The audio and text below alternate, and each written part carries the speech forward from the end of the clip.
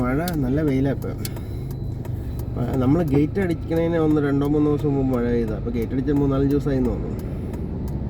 Gate അടിച്ചതിന് ശേഷം മഴ പെയ്തിട്ടില്ല. ഇതേവരെ എൻ്റെ ഓർമ്മയിൽ കഴിഞ്ഞൊരു 30 കൊല്ലത്തിനുള്ളിൽ എന്ന് ഗേറ്റ് പെയിൻ്റ് അടിക്കണോ, ഗേറ്റ് അടിക്കുക എന്ന് പറഞ്ഞാൽ ഗേറ്റിന് പെയിൻ്റ് അടിക്കുക, എന്നൊക്കെ നമ്മൾ ഗേറ്റിന് പെയിൻ്റ് അടിക്കണോ അന്നൊക്കെ മഴ പെയ്തിട്ടുണ്ട്. ബെൻസുകാരൻ ഫാസ്റ്റായിട്ടാണുള്ളത്. അവനെ അങ്ങ് ദൂരെ കണ്ടുകൊള്ളാം, പെട്ടെന്ന് എത്തിയിട്ടോ. അവന് ഭയങ്കര പിക്കപ്പാണ്.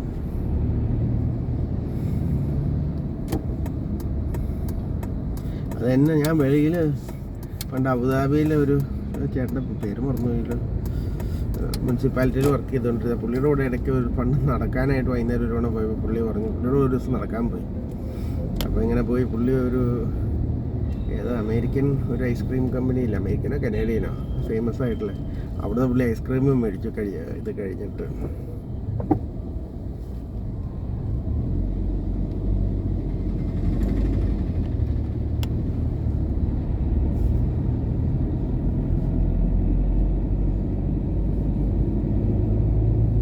അപ്പോൾ പുള്ളി ഇങ്ങനെ ക്രോസ് ചെയ്യാൻ നേരത്തെ നമ്മൾ അവിടെ വെളിയിലൊക്കെ മറ്റേ നടക്കണ ഇതുണ്ടല്ലോ, വാക്ക് വേ ക്രോസ് ചെയ്യാൻ വേണ്ടി പ്രത്യേകം ലൈറ്റും ഇതൊക്കെ ഉണ്ട്.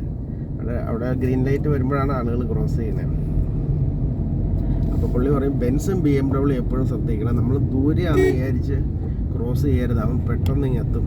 ഇപ്പോൾ റെഡ് ലൈറ്റിൽ ഇപ്പോൾ വണ്ടി ഇല്ലെങ്കിൽ ആളുകൾക്ക് ക്രോസ് ചെയ്ത് പോകാം,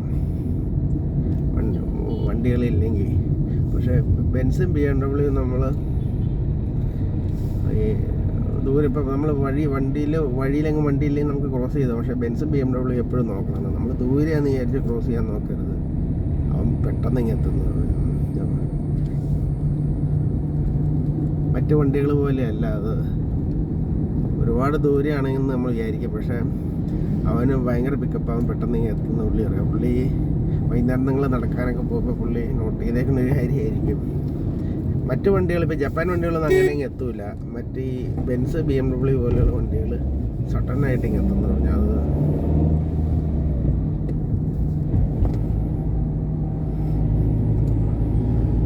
ഡിസ്റ്റൻസ് മറ്റ് വണ്ടി പോലെ നോക്കരുത്, നമ്മൾ അവൻ്റെ വരവ് ക്വിക്കായിരിക്കുന്നു. ഇപ്പോൾ ബെൻസ് ഞാൻ ഇങ്ങോട്ട് പതുക്കെ കയറാൻ നേരത്ത് അവൻ ഒരുപാട് ദൂരെയായിരുന്നു, പക്ഷെ അവൻ സഡനായിട്ട് ഇങ്ങനെ എത്തി. അതിന് നല്ല പിക്കപ്പ് കൂടുതലുണ്ടെന്ന്. ഒന്നാമത്തെ 6 സെക്കൻഡ് 7 സെക്കൻഡ് മതി തോന്നുന്നു സിഗരറ്റ് കണ്ടിട്ട്. അതൊക്കെ 5 സെക്കൻഡ് 6 സെക്കൻഡ് 7 സെക്കൻഡൊക്കെ മതി ബെൻസും BMW most of the models. വിലയിലുള്ളതിനൊക്കെ കുറച്ചുകൂടെ പവർ കൂടിയ എഞ്ചിനായിരിക്കും. അവിടെ പെട്രോളിന് വില കുറച്ചുകൂടെ കുറവായതുകൊണ്ട്. ഇവിടെ പിന്നെ ഡീസൽ എഞ്ചിനാണ്, പക്ഷെ ഭയങ്കര പവർഫുള്ളാണ് diesel engine, as good as the petrol engine അവരുടെ ബെൻസിൻ്റെയും BMWൻ്റെയൊക്കെ. ഇപ്പോൾ 0-100 നോക്കിക്കഴിഞ്ഞാൽ ബെൻസിൻ്റെ ഡീസലും പെട്രോൾ 5 സെക്കൻഡിനുള്ളിൽ അല്ലെങ്കിൽ 6 സെക്കൻഡിനുള്ളിൽ ഇപ്പോൾ പെട്രോൾ, അല്ലെങ്കിൽ 7 സെക്കൻഡിനുള്ളിൽ പെട്രോൾ തീർന്ന് 0-100 എത്തിക്കഴിഞ്ഞാൽ 6 സെക്കൻഡ് എത്തിയാൽ ഡീസൽ 5 സെക്കൻഡിനുള്ളിൽ എത്തും. 1 സെക്കൻഡിനാണ് നേരത്തെ എത്തുന്നത്. അപ്പോൾ അവരുടെ ഡീസലിൽ നമ്മൾ സാധാരണ ഡീസലായിട്ട് കൂട്ടിയിട്ട് കാര്യമില്ല, ബെൻസിൻ്റെയും BMWൻ്റെയും.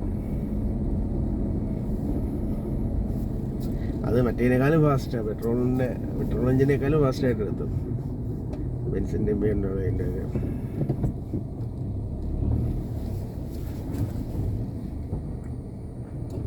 ഓടി അങ്ങനെ തന്നെയാണ്. ഓടി ഒരു സെയിം കാറ്റഗറിയിൽ പെടുന്ന ഒരു ഇതാണ് ഓടി.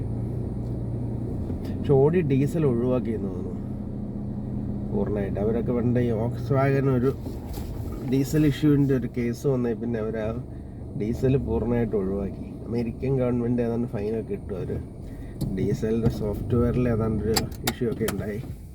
അതൊക്കെ സോഫ്റ്റ്വെയർ കറപ്റ്റ് ചെയ്തു എന്നോ, അതിൻ്റെ സോഫ്റ്റ്വെയറിൽ ഏതാണ്ട് അഡ്ജസ്റ്റ്മെൻറ്റ് ചെയ്തു. മിക്കവാറും ഇന്ത്യക്കാരായിരിക്കും ചെയ്തു കൊടുത്ത് സോഫ്റ്റ്വെയറിലുള്ള കറപ്ഷനൊക്കെ. കാരണം ഇന്ത്യക്കാരായിട്ടുള്ള നല്ല എക്സ്പെർട്സും ഇങ്ങനെയുള്ള കള്ളത്തരങ്ങളൊക്കെ ചെയ്തു കൊടുക്കാനായിട്ട്. പക്ഷെ അങ്ങനെ അത് ചെയ്ത് അമേരിക്കൻ ഗവൺമെൻറ് അത് ഇത്ര ബില്യൺ $US ഫൈൻ അടിപ്പിച്ചു. അത് പിന്നെ അവർ ഡീസൽ കംപ്ലീറ്റ് ആയിട്ട് ഒഴിവാക്കിയെന്ന് തോന്നുന്നു. ഒരു പെട്രോളും പിന്നെ ഇലക്ട്രിക്കും പെട്രോളാണ് മെയിനായിട്ട്. വോക്സ്വാഗനും മറ്റേ ഓഡിയും വോക്സ്വാഗനും സെയിം ഗ്രൂപ്പാണ്. അവർ മെയിനായിട്ട് അവർ യൂസ് ചെയ്യുന്നത് ഡീസൽ ഇല്ല, ഒഴിവാക്കി പൂർണ്ണമായിട്ട് അവർ. പക്ഷേ ബെൻസും ബി എം ഡബ്ല്യു ഇപ്പോഴും ഉണ്ട്, ഡീസലും പെട്രോളും രണ്ടുമാണ്. ഞാൻ ഈ ഫാസ്റ്റ് ട്രാക്കിലെ സൈറ്റിൽ നോക്കുമ്പോൾ ബെൻസിന് ബി എം ഡബ്ല്യുവിനും പെട്രോളും ഉണ്ട്, ഡീസലും ഉണ്ട്. ഓടിക്ക് കാണുന്നില്ല, ഓടിക്ക് പെട്രോൾ വണ്ടി മാത്രമേ ഉള്ളൂ, അല്ലെങ്കിൽ പിന്നെ ഇലക്ട്രിക്കുള്ള ഓടിയുടെ ഈ ഫാസ്റ്റ് ട്രാക്കിലൊക്കെ നമ്മൾ അവരുടെ സെല്ല് ചെയ്യാൻ വെച്ചേക്കുന്ന വണ്ടികളുടെ ഇതിൽ, ഓടിയുടെ ഇതിൽ ഫാസ്റ്റ് ട്രാക്കില്ല, മനോരമയുടെ മാഗസിനിലൊക്കെ സെല്ല് ചെയ്യാൻ വെച്ചേക്കുന്ന വണ്ടികളിൽ ഓടിയുടെ ഡീസൽ ഞാൻ കണ്ടിട്ടില്ല, ഇപ്പോൾ അടുത്തിടയ്ക്ക് കാണാറില്ല. പണ്ടുണ്ടായിരുന്നു, ഇപ്പോൾ കാണാറില്ല. എനിക്ക് തോന്നുന്നു ഓടി അവർ നിർത്തിയെന്ന് തോന്നുന്നു. വോക്സ്വാഗൻ്റെ ഇതിൽ ഞാൻ ഡീസൽ ഇപ്പോൾ കാണാറില്ല, ഓൺലി പെട്രോൾ വെർഷനാണ് വോക്സ്വാഗൻ്റെ ഇതിൽ കാണാറുള്ളൂ. അന്നത്തെ ആ ഒരു ഭയങ്കര ഫൈൻ അടിച്ചതെന്ന് പറഞ്ഞാൽ അതിൻ്റെ എത്ര ബില്യൺ US$ അടിച്ചു. ഈ അമേരിക്കയിലൊക്കെ ഫൈൻ എന്ന് പറഞ്ഞാൽ നമ്മളെന്ന് പറഞ്ഞാൽ ഹൈക്കോടതിയോ സുപ്രീം കോടതിയോ വിളിച്ചാൽ നീ ഇന്നലെ വരെ ഇങ്ങനെ ചെയ്തോ, അത് ചെയ്യാൻ പാടില്ല, നിനക്ക് അറിയാൻ പാടില്ല, ഓക്കെ നീ ഒരു 2 ലക്ഷം രൂപ ഫൈൻ അടിച്ചിട്ട് പൊക്കോളാൻ പറഞ്ഞ് എന്തെങ്കിലും പേടിപ്പി, ഇനി അടുത്ത തവണ ചെയ്ത് 6 മാസം ജയിലിൽ ഇട്ടെന്ന് പറഞ്ഞ് കോടതി പറഞ്ഞു വിടും.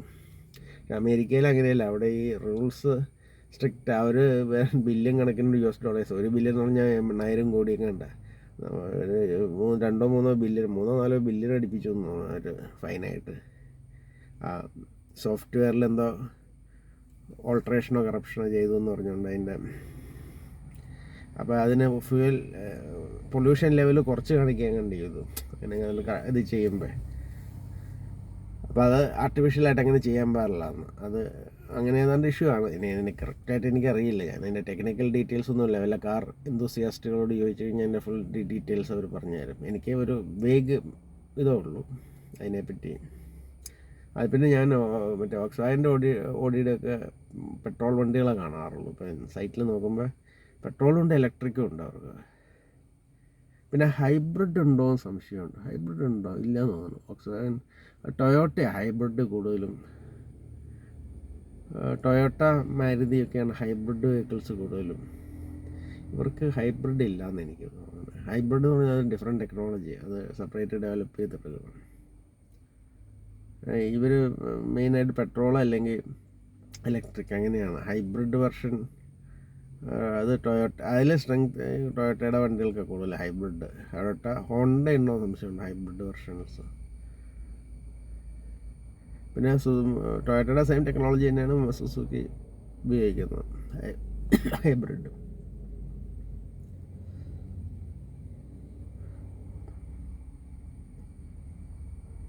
ഇപ്പോൾ ഇലക്ട്രിക് സ്കൂട്ടറുകൾ ഒരുപാട് ചിലവാകുന്നുണ്ട്. കാറുകൾ ടാറ്റയുടെ ഇലക്ട്രിക് ഒരുപാട് ചിലവാകുന്നുണ്ട്. ഇപ്പോൾ ഏറ്റവും ചെറിയ വണ്ടിയില്ല ടിയാഗോ, അത് ഏതാണ്ട് 10 ലക്ഷം രൂപയ്ക്കുള്ളിൽ കിട്ടുന്നു തോന്നുന്നു. ഈ ചെറിയ ഇലക്ട്രിക് അതിന് 10-11 ലക്ഷം രൂപയ്ക്കുള്ളിൽ കിട്ടുന്നു ഏറ്റവും ചെറിയ ഇലക്ട്രിക്. അതിൻ്റെ മറ്റേ 8 ലക്ഷം ആവും. പിട്രിയാച്ചൻ മേടിച്ച അതിൻ്റെ പെട്രോൾ വെർഷൻ 8 ലക്ഷം ആവും. ആ സെയിം സാധനം 2-3 ലക്ഷം രൂപയുടെ വ്യത്യാസം ഉണ്ടെന്ന്. അപ്പോൾ അത് ആണ് ഏറ്റവും ചീപ്പസ്റ്റ് ആയിട്ടുള്ള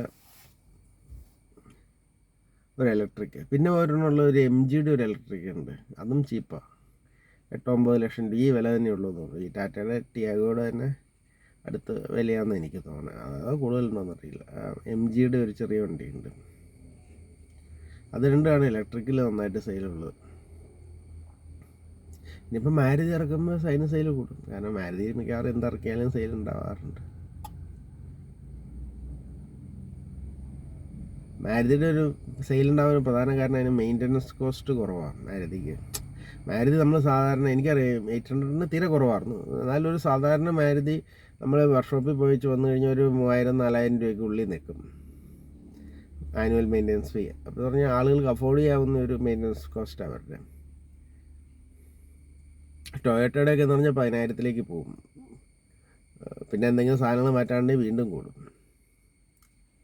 മെയിൻ്റനൻസ് കോസ്റ്റ്. അപ്പോൾ മെയിൻ്റനൻസ് കോസ്റ്റ് എപ്പോഴും മാരുതിയുടെ എപ്പോഴും കുറവ്.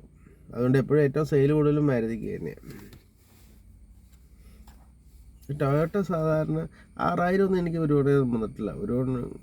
ആദ്യത്തെ ഒരുപാട് കണ്ട് 6,000 രൂപ വന്നുള്ളൂ. പിന്നെ ഓരോന്ന്